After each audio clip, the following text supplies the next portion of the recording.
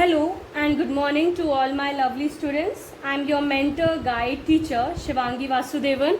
I welcome you all to my channel. Today in this video, आज के video में आज अपन क्या पढ़ेंगे? आज अपन पढ़ेंगे क्लास 12 का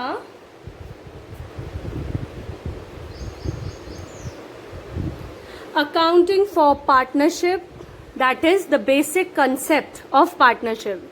वैसे तो ये चैप्टर आपकी एनसीईआरटी में चैप्टर 2 है, पर अपन स्टार्ट यहीं से करेंगे क्योंकि ये कंटेंट कितने मार्क्स का करता है? 30 मार्क्स का। क्लास 11th में अपन ने क्या पढ़ा था और 12th में अपन क्या पढ़ेंगे ये आज बताते हैं। क्लास 11th में अपन ने पढ़ा था सोल प्रोप्राइटरशिप पढ़ा था। उसमें अपन क्या क्या बनाते थे? Trading account, PNL account and balance sheet, ये बनाते थे। ठीक, और अब अपन क्या बनाएंगे? पार्टनरशिप बनाएंगे, जो कि है आपका 30 मार्क्स का। अपन में 11th, अपन जब 11th में थे तो सोल प्रोप्राइटरशिप मतलब अपन ने छोटा सा एक बिजनेस चालू किया था, तो उसमें अपन ने क्या क्या बनाया? पीएनएल, ट्रेडिंग, बैलेंस शीट बनाया। अब छोटे बिजनेस किया एक साल के बाद अपन आ गए बड़े बिजनेस में। बड़े बिजनेस में आए तो अपन ने लोगों को बढ़ाया, उसमें 3-4 लोग रखे अपन ने, तो अपन जंप किए पार्टनरशिप पे। ठीक है, अब पार्टनरशिप में अगर जंप किए हैं तो पार्टनरशिप के रूल्स भी पता होने चाहिए, क्या क्या होंगे, तो वो मैं आज आपको सिखाती हूँ। वैसे तो आपने 11th के बिजनेस में पढ़ाई है कि 11th के बिजनेस में अपन ने क्या क्या पढ़ा है। पहले तो अपन इसकी डेफिनेशन समझ लें। According to section 4 of Indian partnership act 1932, पहले तो आप ये जो चीज़ है सेक्शन 4 ये याद रखेंगे। हो सकता है 1 मार्क के एमसीक्यूज में आ जाए, या ये आ जाए कि कौन से एक्ट के तहत, या ये आ जाए कि कौन सा ईयर था सेक्शन 4 इंडियन पार्टनरशिप एक्ट का। तो आपको तीनों चीज़ याद रहनी चाहिए। Section 4 Indian partnership act on 1932, ये तीनों चीज़ें आपको याद रहेंगी। तो अगर आता है तो आपके 1 मार्क तो पक्के हो जाएंगे। आगे, अब ये जो डेफिनेशन है सेक्शन 4 इंडियन पार्टनरशिप एक्ट 1932 के अंदर की है। Partnership is the relation between person. अब ये अच्छे से समझिए बेटा, पार्टनरशिप क्या है? एक रिलेशन है पर्सन्स के बीच का, who have agreed to share, जो एग्री हुए हैं शेयर, जो भी प्रॉफिट है बिजनेस का, कैरीड ऑन बाय ऑल, जो बिजनेस कैरी कर रहा है सभी लोग, और एनी ऑफ देम, या उनमें से कोई कुछ लोग, और उसके बिहाफ में एक्टिंग फॉर ऑल कर रहे हैं। तो बेटा ये याद रखिए आप कि ये जो डेफिनेशन है सेक्शन 4 के अंदर की, ये डेफिनेशन आपको ऐसी की ऐसी ही याद होनी चाहिए, इसका चेंजेस नहीं होता है।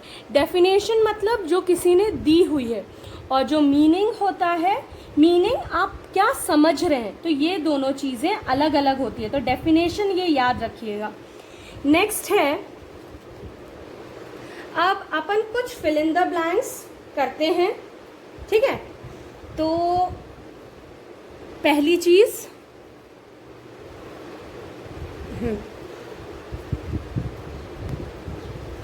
person who have entered into partnership with one another, वो पर्सन जो एंटर हुए हैं पार्टनरशिप में एक दूसरे के साथ, आर इंडिविजुअली, वो अकेले में क्या कहलाएंगे?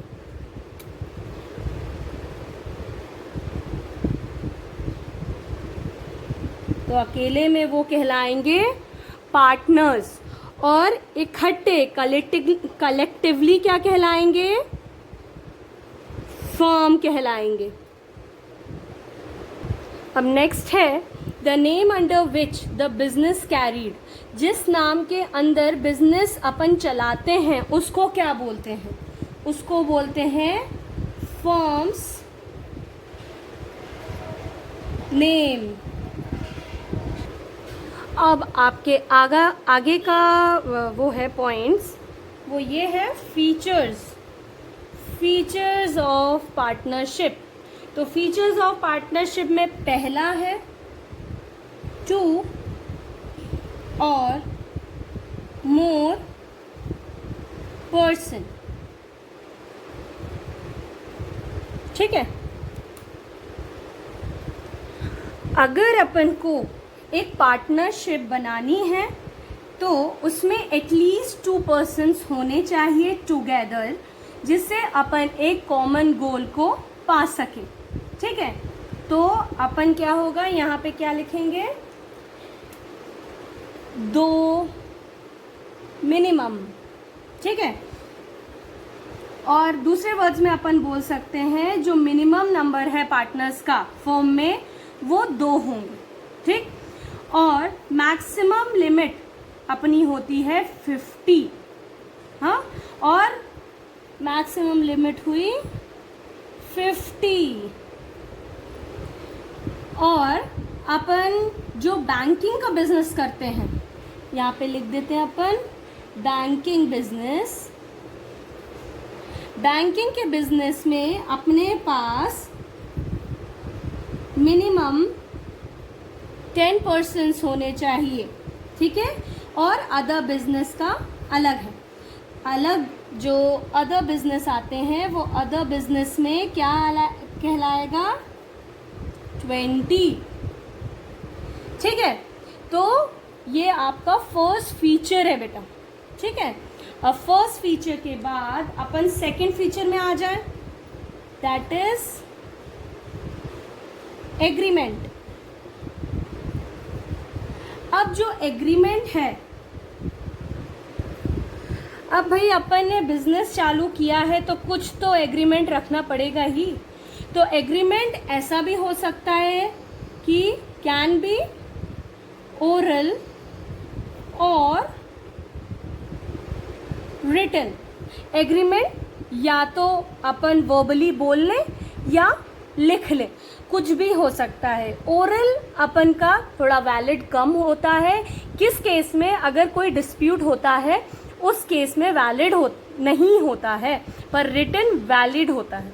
ठीक, अब इस बारे में अपन थोड़ा आगे में भी बात करेंगे कि क्या क्या क्लॉज होते हैं उसमें अगर रिटन होता है तो। आगे है थर्ड पॉइंट आपका लॉफुल बिजनेस। अब लॉफुल बिजनेस मतलब समझ गए होंगे आप लोग, लॉफुल बिजनेस मतलब इलीगल काम नहीं होना। अगर हमने सोचा कि हम भैया बिजनेस करेंगे, हम ड्रग्स का बिजनेस करेंगे या चोरी का बिजनेस करेंगे, तो चोरी का बिजनेस आपका लॉफुल बिजनेस नहीं कहलाएगा, वो लीगल नहीं होगा। तो इससे आप समझ लीजिए कि लॉफुल बिजनेस है। और एक छोटा सा और एग्जाम्पल दे सकती हूँ मैं इसके लिए, कि अगर 2 बंदे हैं, उनने कोई प्लॉट खरीदा है अपने जॉइंट ओनरशिप में प्रॉपर्टी के लिए, उसमें कुछ उनको प्रॉफिट और लॉस का कोई केस नहीं है। ठीक है, पार्टनर केस में उनने नहीं किया है, तो वो आपका पार्टनरशिप या बिजनेस नहीं होगा। अगर कोई भी लैंड वो परचेज या सेल के केस में खरीद रहे हैं, परचेज कर रहे हैं, सेल कर रहे हैं, उसमें प्रॉफिट कमा रहे हैं, वो पार्टनर्स कहलाएंगे और वो आपका बिजनेस कहलाएगा। ठीक है, एजेंसी।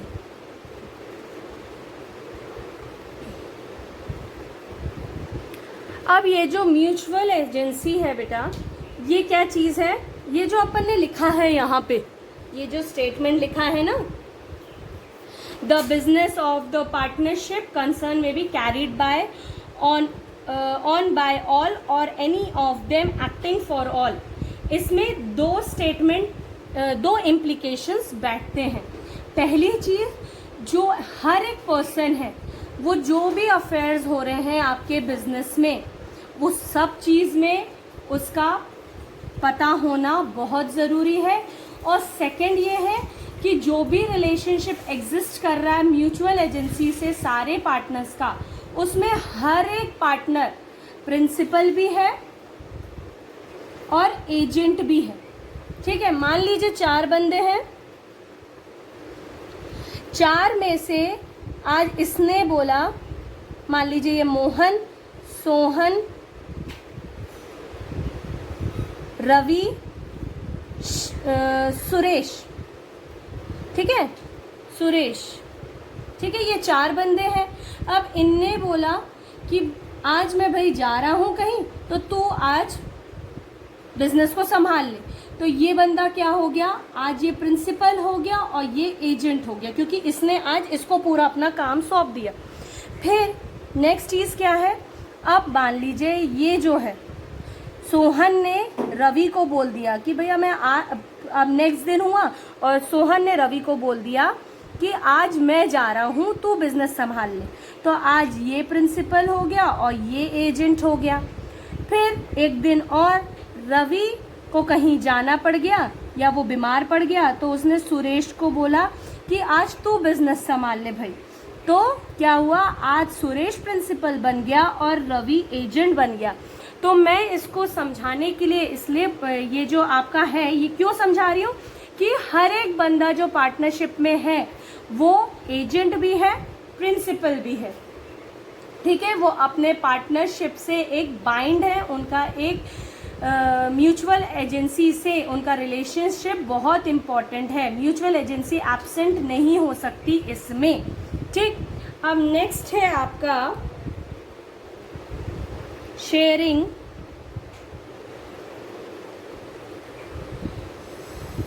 ऑफ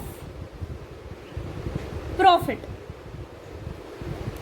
एक ये है आपका बहुत अनदर इम्पॉर्टेंट एलिमेंट है पार्टनरशिप का, जो एग्रीमेंट है सब पार्टनर्स के बीच में, उसमें क्या लिखा होता है कि partner should share its profit and loss of the business. पर डेफिनेशन में आप देखोगे कहीं पर भी लॉस का जिक्र नहीं होता है। ठीक है, तो जो रिलेशन होता है वो पार्टनर्स के बीच में सिर्फ प्रॉफिट का होता है। अगर मान लीजिए किसी पार्टनर ने बोला कि, मान लीजिए 4-5 लोग हैं, ठीक है, उसमें से एक ने बोला कि प्रॉफिट आएगा तो अपन सब बांटेंगे। ठीक है, प्रॉफिट आया तो सब ने बांटा, पर लॉस आया तो 2 जनों ने बोल दिया भैया हम प्रॉफिट ही बांटेंगे, इसके बाद हम नहीं जानते लॉस का क्या होगा, आप लोग बांटिए लॉस। तो ये स्टेटमेंट क्या बता रहा है कि जो शेयर है प्रॉफिट का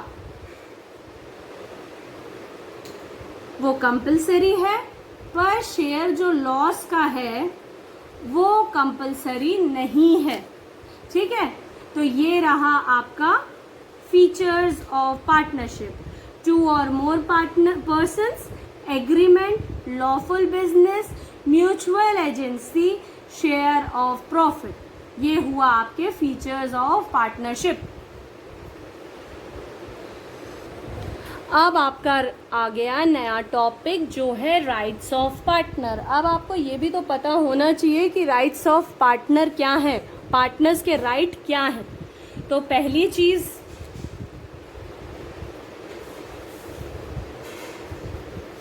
right to take part in the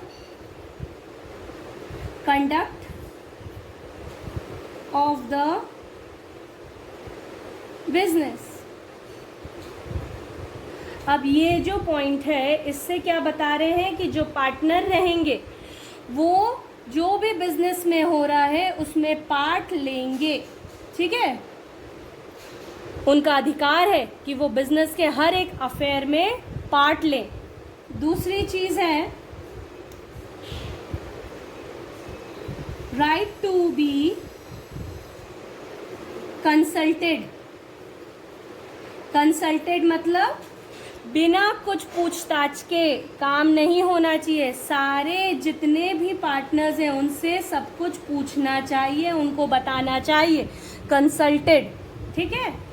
अब नेक्स्ट है आपका right to have access to book, मतलब जो बुक्स हैं अकाउंट्स की वो भी सबको दिखाना पड़ेगा कि क्या भैया क्या चल रहा है, प्रॉफिट चल रहा है, लॉस चल रहा है, क्या चल रहा है, सारे पार्टनर्स को पता होना चाहिए। राइट टू शेयर प्रॉफिट, जो भी प्रॉफिट है वो सारे पार्टनर्स को मिलना चाहिए, ऐसा नहीं कि किसी एक को नहीं दिया। फिर नेक्स्ट है आपका right to interest on capital, जो कैपिटल दिया है उसका इंटरेस्ट जो परसेंटेज दिया हुआ है एग्रीमेंट में उसके हिसाब से उनको इंटरेस्ट मिलना चाहिए कैपिटल का। नेक्स्ट राइट नॉट है यहाँ, not to allow admission of new partner. ये मैंने आपको बताया था कि अगर 40 लोग हैं, ठीक है, और 40 लोगों में से एक बंदे ने मना कर दिया कि न्यू एडमिशन वो बंदे का नहीं होना चाहिए, न्यू पार्टनर का एडमिशन नहीं होना चाहिए, तो जब तक ये हाँ नहीं बोलेगा तब तक वो न्यू पार्टनर नहीं आ सकता। ठीक है, तो ये आपके रहे 6 पॉइंट्स। ठीक है, राइट ऑफ पार्टनर्स, पहला टेक पार्ट, जो भी बिजनेस में हो रहा है उसको भी सब कुछ में पार्ट लेना है। दूसरी चीज़ कंसल्टेड होना चाहिए, उसको सब चीज़ पता होना चाहिए। तीसरी चीज़ है अकाउंट्स के में क्या प्रॉफिट, क्या लॉस, क्या आ रहा है, क्या जा रहा है, सब होना चाहिए। प्रॉफिट सबको बांटना है, जो भी इंटरेस्ट है कैपिटल का वो उसको मिलना चाहिए। और छठा है 6th पॉइंट कि जब तक वो ना चाहे, कोई भी एक बंदा भी अगर ना चाहे तो न्यू पार्टनर का एडमिशन नहीं हो सकता। अब नेक्स्ट चीज़ है आपकी क्या, ये बेसिक कंसेप्ट है, ये आपके दिमाग में बैठना ही बैठना है, ये बहुत इम्पोर्टेंट है। अब मैं आपको एक कहानी बताती हूँ, कहानी के थ्रू अपन ये पढ़ेंगे। ठीक है, अब जो भी चीज़ है अपन फॉर्म को ध्यान में रख के काम करेंगे। फॉर्म, ये जो है फॉर्म, ये इम्पोर्टेंट है। इसमें जो भी सोच रहे अपन फॉर्म को लेके सोच रहे, अपन खुद को लेके नहीं सोच रहे, पार्टनर्स को लेके नहीं सोच रहे, तो फॉर्म बहुत ज़रूरी है। अब अपन किस में जाते हैं, ये एक फॉर्म है और ये आपका कोई भी एक पार्टनर का नाम ले लो, मान लो मोहन। अब जो ये मोहन है,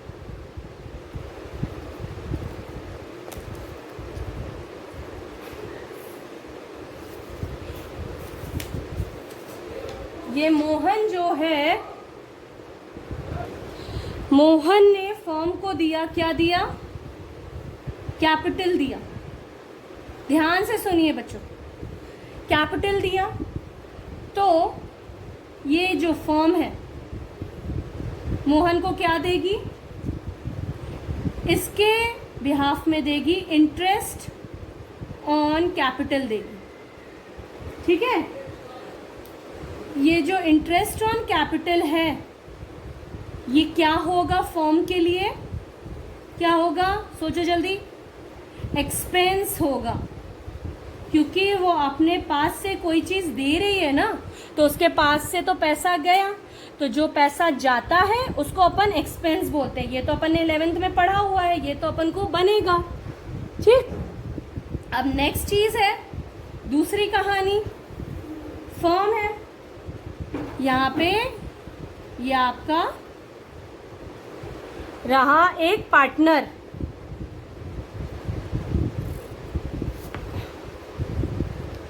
अब फॉर्म ने मोहन को दी ड्राइंग, ड्राइंग समझते हैं, पढ़ा था, याद आ गया होगा।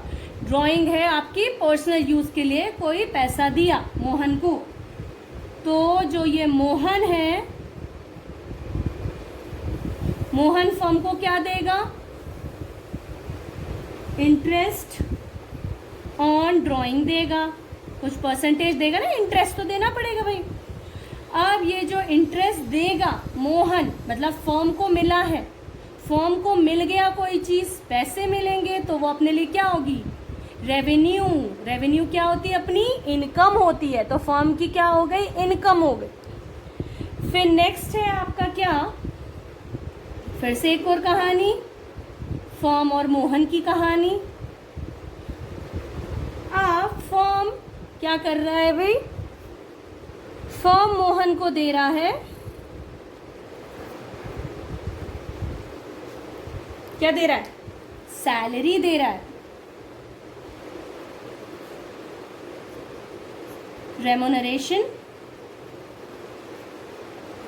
ये बाहर चला गया, हाँ थोड़ा, रेमोनरेशन या कमीशन। अब ये सारी चीज़ों में से कोई भी एक चीज़ अगर मोहन को दे रहा है वो, तो क्या होगा, ये तो बन जाएगा भाई, अपन ने एक बार पढ़ चुका है, फर्म दे रहा है तो अपने पास से पैसे जा रहे हैं, तो ये अपना क्या होगा, फर्म का, फर्म के हिसाब से सोच रही हूँ मैं, अभी मैं फर्म हूँ, तो फर्म का क्या होगा, ये होगा एक्सपेंस होगा फर्म का। फिर से नेक्स्ट, फिर से फर्म और मोहन की कहानी।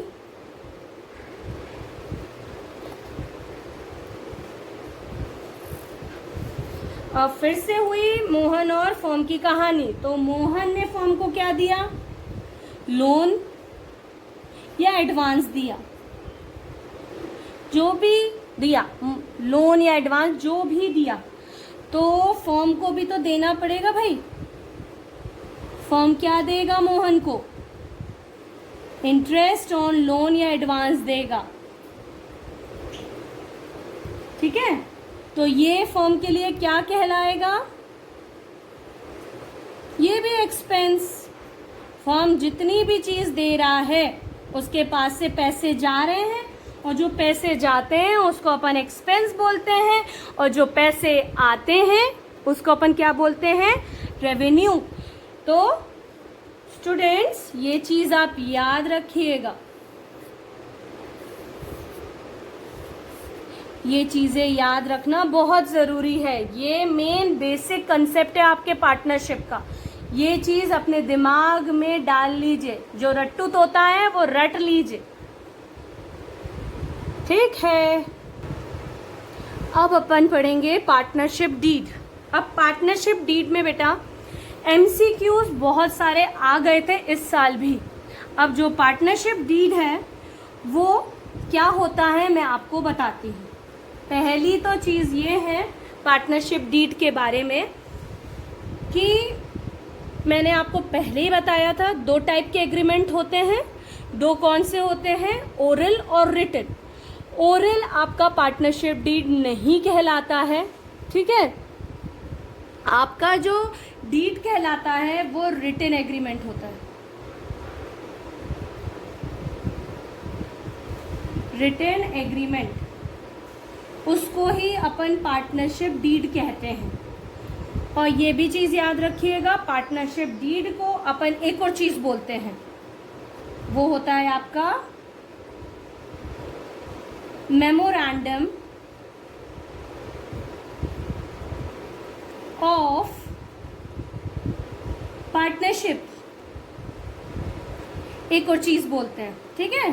तो ये अपन पार्टनरशिप डीड बोलो, रिटन एग्रीमेंट बोलो या मेमोरेंडम ऑफ पार्टनरशिप बोलो, ये तीनों चीज़ रहती है। अब अपन इसमें पहले क्या क्या चीज़ें रहती हैं ये रिटन एग्रीमेंट में, आपका नाम, एड्रेस, नेम एंड एड्रेस आपका, ठीक है।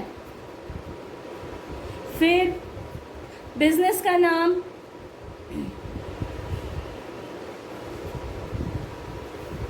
और उसका भी एड्रेस,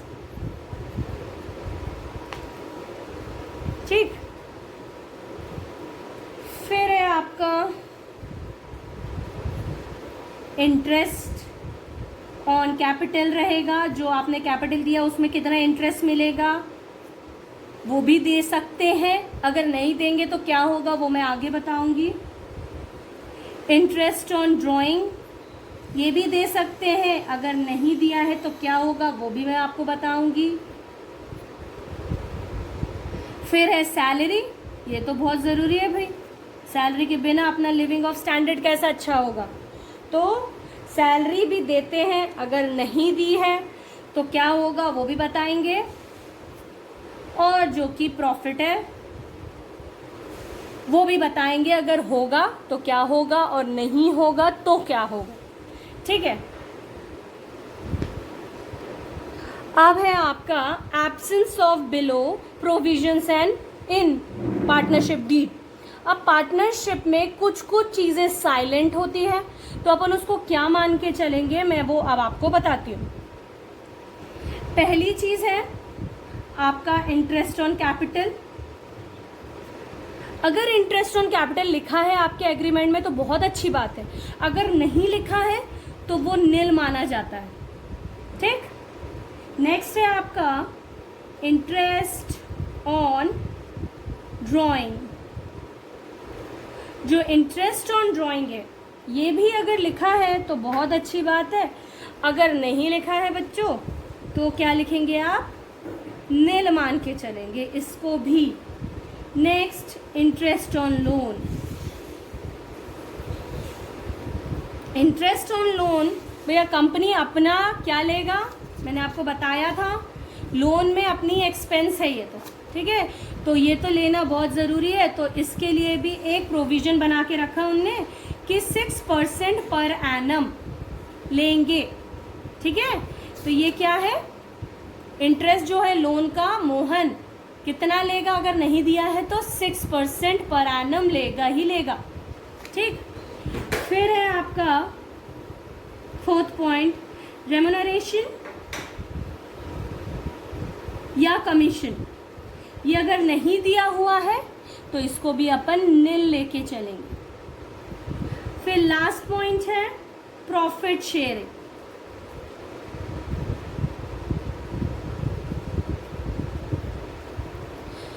अब प्रॉफिट शेयरिंग रेशो अगर दिया है 2:3:4 तो अच्छी बात है, उसी हिसाब से चलेगा।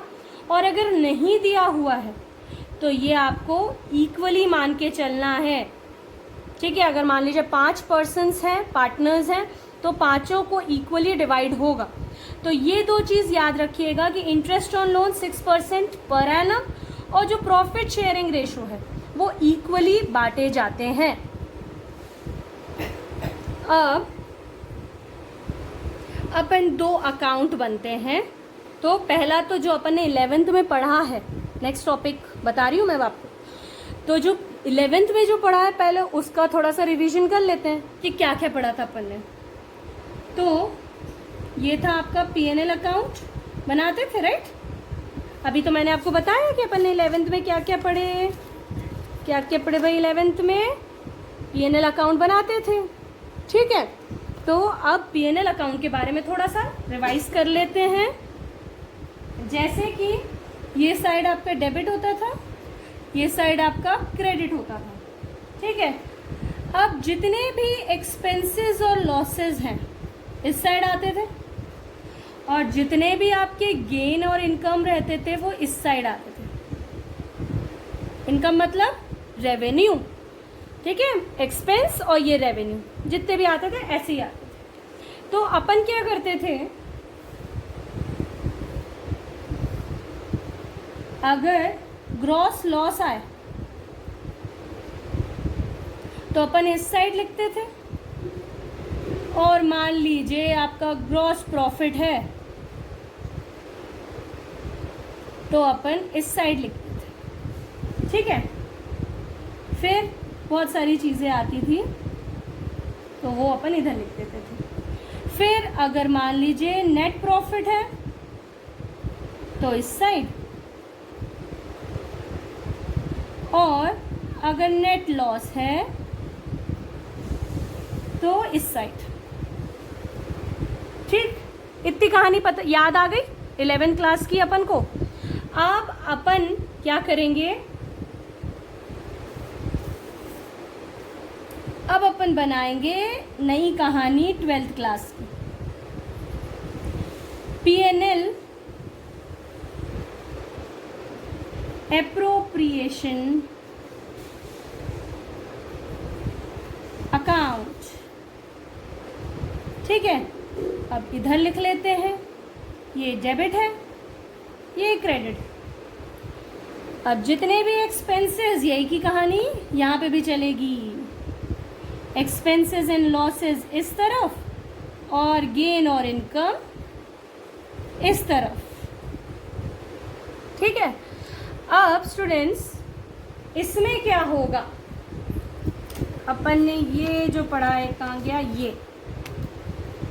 पहले ये वाला, ये क्या है अपना एक्सपेंस है, तो एक्सपेंस इंटरेस्ट ऑन कैपिटल है। ठीक है, तो अपन यहाँ पे क्या है, एक्सपेंस है, तो अपन यहाँ लिख देते हैं टू इंटरेस्ट ऑन कैपिटल, ये आ गया इस साइड। ठीक, अब ये जो प्रॉफिट है वो आपकी इस साइड आ जाएगी, तो अपन लिख देंगे बाय नेट प्रॉफिट। अब नेक्स्ट ये क्या है, फर्म को क्या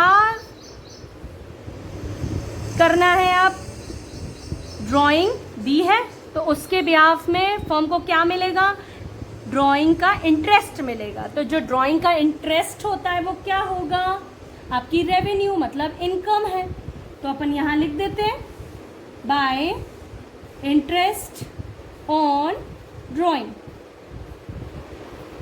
ठीक है, फिर क्या है नेक्स्ट कहानी, फर्म ने मोहन को क्या दिया, सैलरी, रेम्यूनरेशन, कमीशन, तो ये क्या है फर्म के लिए एक्सपेंस है, तो अपन यहाँ पे लिख देते हैं to remuneration, salary, commission to partners,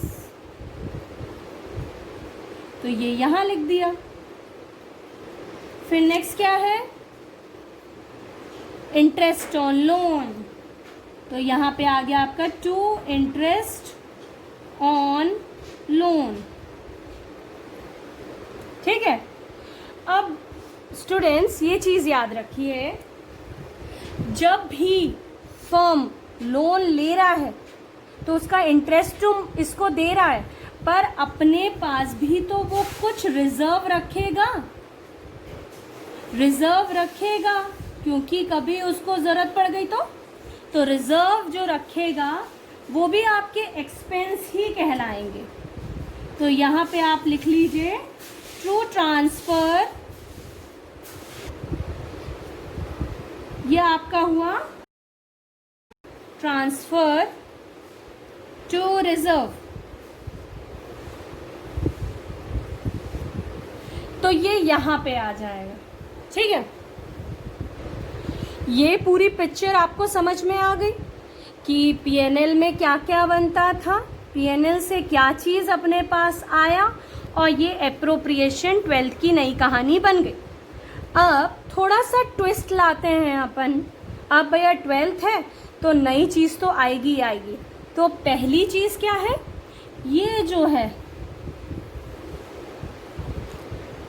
ये मैंने आपको लिखवाया था समझाने के लिए, ये चीज़ आपके पीएनएल एप्रोप्रिएशन में नहीं आएगी। ठीक है, ये नहीं आएगी यहाँ पे, तो कहाँ आएगी भाई, कहीं तो आएगी, तो कहाँ आएगी, पीएनएल अकाउंट में आएगी।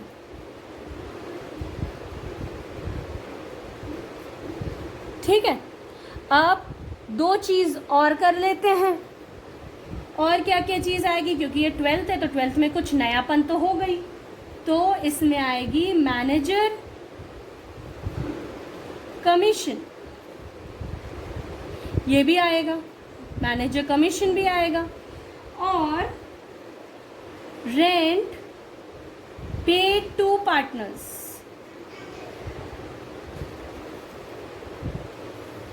अब ये 3 चीज आ गई यहाँ पे, ये क्यों आई है ये मैं आपको बता दूं।